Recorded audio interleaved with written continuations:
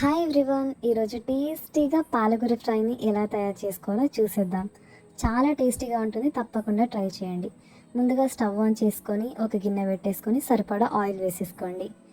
Oil వేడయ్యాక జీలకర్ర వేసేసుకోవాలి, ఆవాలు అండ్ టేస్ట్కి సరిపడా పచ్చిమిర్చి వేసుకోండి. నేను ఇక్కడ 7 పచ్చిమిరపకాయలు వేస్తున్నాను.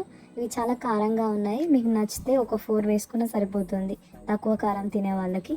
ఇవి మంచిగా ఫ్రై అయిపోయాయి కాబట్టి ఇప్పుడు నేను పసుపు యాడ్ చేస్తున్నాను. ఒకసారి మంచిగా కలుపుకొని పెట్టుకోండి. ఇప్పుడు కట్ చేసిన పాలకూర కూడా వేసేస్తున్నాను.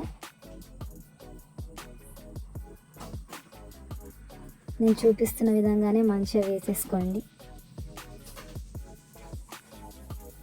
ఈ కర్రీ చపాతీలోకైనా కానీ రైస్లోకైనా కానీ చాలా టేస్టీగా ఉంటుంది. మీరు తప్పకుండా ట్రై చేయండి. ఈ వీడియో నచ్చితే లైక్ చేయండి, షేర్ చేయండి, సబ్స్క్రైబ్ చేయండి. ఒకసారి మొత్తం కలుపుకొని ఇప్పుడు ఉప్పు కూడా వేసుకోవాలి. సరిపడా ఉప్పు వేసుకోండి. నేను 1 స్పూన్ యాడ్ చేశాను.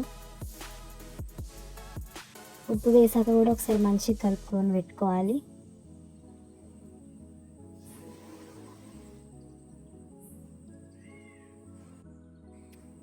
ఇప్పుడు ఒకసారి మంచిగా కలుపుకొని మూత పెట్టేసుకోవాలి.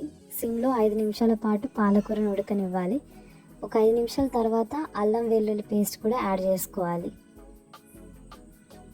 దీన్ని కొంచెం మంచిగా కలుపుకొని మళ్ళీ ఒకసారి మూత పెట్టేసుకోవాలి. తర్వాత కొత్తిమీర కూడా యాడ్ చేసుకోవాలి మధ్యలో. తర్వాత ధనియా పొడి,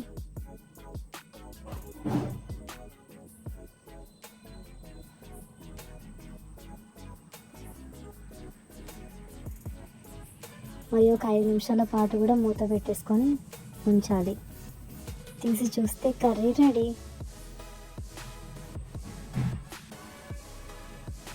ఎంతో టేస్టీగా ఉండి ఎవరికైనా నచ్చే ఈ పాలకూర ఫ్రైని మీరు కూడా ట్రై చేయండి. ఎలా వచ్చిందో కామెంట్ బాక్స్లో తెలియజేయండి.